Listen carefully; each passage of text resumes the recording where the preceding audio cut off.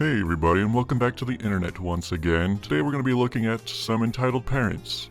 Just kidding, we're looking at choosing beggars. Happy April Fool's Day. But to be honest, most of these stories are kind of based around the same concept anyway, so let's just get into the first story. So this first one is called, Choosing Beggar's Stepsister Wants Free Housing. So let me set the stage.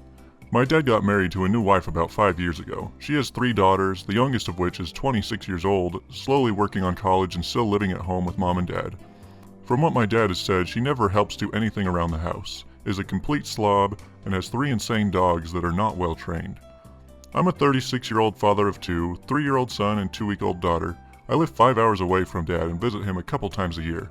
I never stay the night at his house because I don't feel at home there. I've never been close to my stepfamily. At most, we make awkward small talk for a few hours a year we visit with each other. I don't really have any animosity towards them either, we're just not close at all. Here's the begging.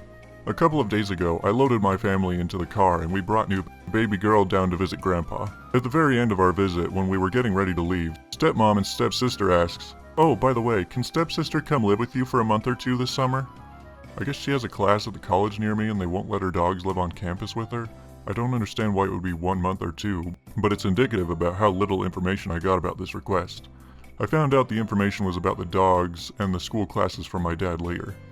I just laughed and said, "You don't want to live with a screaming 3-month-old this summer." To which my stepsister replied, "For free I do." Wrong freaking answer. Whoever said living with me would be free, or that I would allow your 3 dogs to come. I let them know it wouldn't work for us, sadly. I definitely feel like an a-hole, but I also have boundaries. It's an awful place to be put in, especially with a toddler and new baby. I would gladly put up a family in my home if there was a crisis. She's not hard up for cash, her parents both have money. She has a good paying job.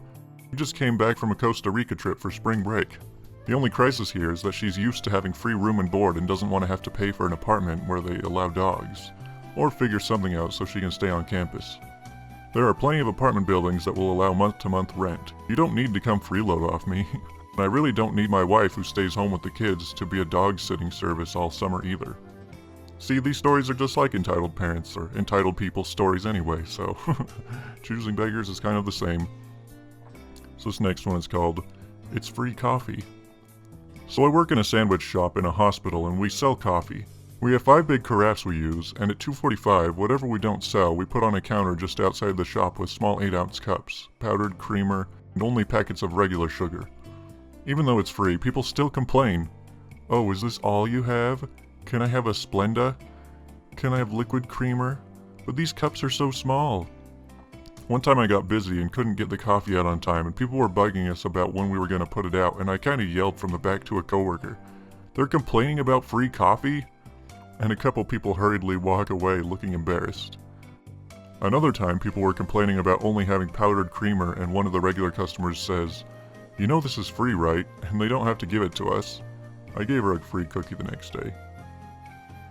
See, this is what happens when you give people free stuff, and they'll just keep coming back asking for more. That's why you don't feed stray animals outside your house, because next thing you know you're going to have a whole army of them.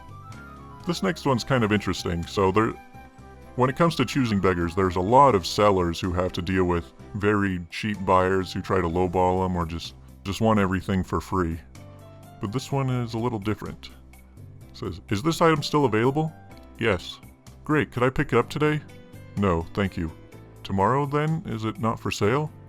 "I put it at 300 to see how the crabs would come. I'll take nothing under 800. People's greed is incredibly disgusting. Then you're just wasting your time and everyone else's. Enjoy your experiment. I am. Mine has been wasted too. Well, that's because you're inviting it. This is so stupid. Why would you list it lower than you'll accept? Just so you can draw people in and then call them greedy when they decide to jump on a good opportunity? This doesn't make any sense. Anyways, on to the last and really long story. So the backstory. I currently work at an auto repair shop. Mostly specializes in collision repair work on vehicles, but also does mechanical work. I have about 3 years of experience doing this type of work, in addition to growing up in a family that did auto repair work.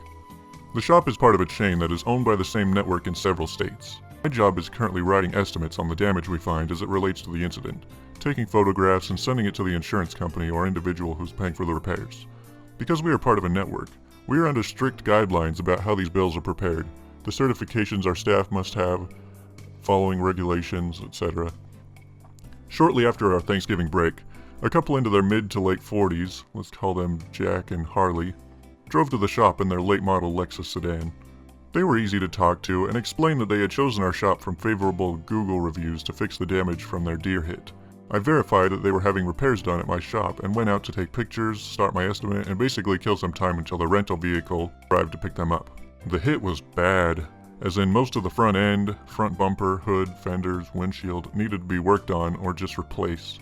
I started taking pictures in a required order. For liability reasons, I also had to take a wide shot picture of their mileage.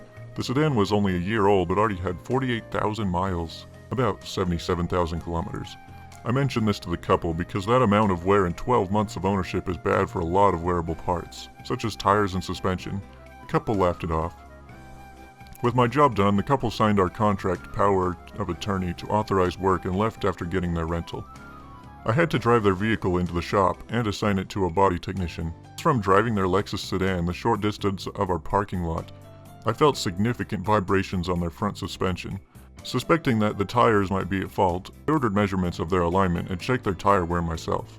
The front alignment was badly out, and the tires were worn down to 3/32, which means that they needed to be replaced soon. None of this was related to the deer accident and would be costly to address. I called Harley and Jack to tell them, and Harley called back by the end of the day. I explained to her the estimated cost of the repairs, which I think was around $8,000 covered by their insurance, and that the alignment was out and their tires were worn. In that conversation, I suggested that our shop could have their tires replaced and suspension fixed by a local Lexus dealership with a 15% discount to them, but they would have to pay the cost before they could take the Lexus out of the shop. Harley said she needed to talk to her husband, Jack, and would call me back by the end of the day. When I returned to the office the next morning, I had 4 voicemails on my office phone from Jack requesting a call. I start the day at 8 a.m., so I returned his call, got his voicemail, heard back from Jack around noon. Jack first asked if insurance would cover replacing the tires and suspension. I told him that they would not cover it, as based on my experience, insurance will only cover replacing parts damaged in the reported accident. Jack asked me if I could increase the discount to 25% or a little bit more. I could not, as it was part of our contract with the dealership. Jack then asked if we could do a payment plan. I said that we could, but before we could release his vehicle back to him, our shop would have to be paid in full. Jack then asked if I could send him the estimate for the unrelated damage, as his brother-in-law could do it for half the price. I sent him an email with the estimate for the cost of replacing 2 control arms, 4 tires, and a steering link, including our labor rates. Harley and Jack came in a couple weeks later, just before Christmas, and picked up their Lexus and paid their insurance deductible. Part of my job is to discuss with each of our customers the repairs performed, provide copies of the estimates, etc. During the discussion, looking at the estimates and slammed it on the desk. Apparently I had typed a wrong digit, and instead of 48,000 miles, the paperwork showed 49,000. I explained to Jack and Harley that it was a typo. I showed them a photo of the odometer with a time and date stamp from when they brought their Lexus to the shop. I went out to the Lexus and showed the shop that they had put 1 additional mile on their Lexus as part of our test drive after repairs. They demanded to speak to my manager, let's call him Clark, and stated that we had rolled back the mileage on their vehicle after causing 1,000 or more miles worth of wear and tear. Jack and Harley wanted their deductible refunded, which Clark refused to do. They demanded Clark's boss's phone number and our corporate complaint number. Clark gave them both numbers, and we hoped it was the end of it. So a few months later, at the beginning of this month, our shop started to get voicemails from our favorite couple, Jack and Harley. They said that they were having issues with the repairs done and wanted to bring the Lexus in again to get looked at. Clark was hoping that they would just give us a better review on Yelp and Google, so he invited them in and stated that we would look over their Lexus. The first thing I noticed is that there was nothing wrong with their Lexus from our repairs. All parts aligned great, paint matched, and was perfectly where we had painted. I had noticed that all 4 tires were bald. Jack stated that they were feeling very strong vibrations while driving and wanted us to see what was done wrong, so I drove the Lexus into the shop while Clark made a cup of coffee for them. Inside the shop, the Lexus went on the alignment rack. Camber and Casser were both out on the front suspension. I checked the mileage and took a photo while it was on the rack. In just 3 months, this couple had put 15,000 miles on the car. The issues with the car weren't due to us. I sat down with Clark, Harley, and Jack, and told them that the alignment and the tires were the issue, weren't related to our repairs. They were livid. Even though I gave them the alignment spec sheet from Lexus and the alignment rack results, they stormed out, threatened to sue the whole body shop network, saying that they were trying to milk them for more money. We thought that was the end of the problems with Harley and Jack, but as of Friday, about 3 weeks after our contact, Clark and I had to be on a conference call with our Body Shop Network's legal team. Harley and Jack filed a lawsuit against the Body Shop Network for the things I won't specify in the event of an NDA. We spent most of Friday afternoon discussing the things with the legal team.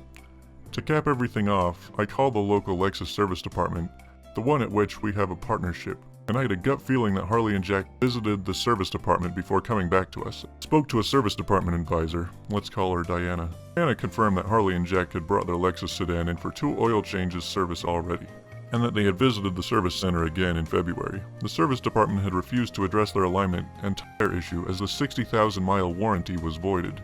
Diana also let slip, and now these guys are suing us? I almost dropped my phone. So, TLDR, my car was fixed at your shop, but the alignment issues won't stop. I want refunded money, but since your store is funny, I'm suing all of your shops. See, these choosing beggar stories are just like the entitled people stories. They're all basically the same, it's just a different label on them. Anyways, that does it for today's April Fool's stories. I hope you enjoyed, and I will talk to you guys tomorrow. Thanks for watching.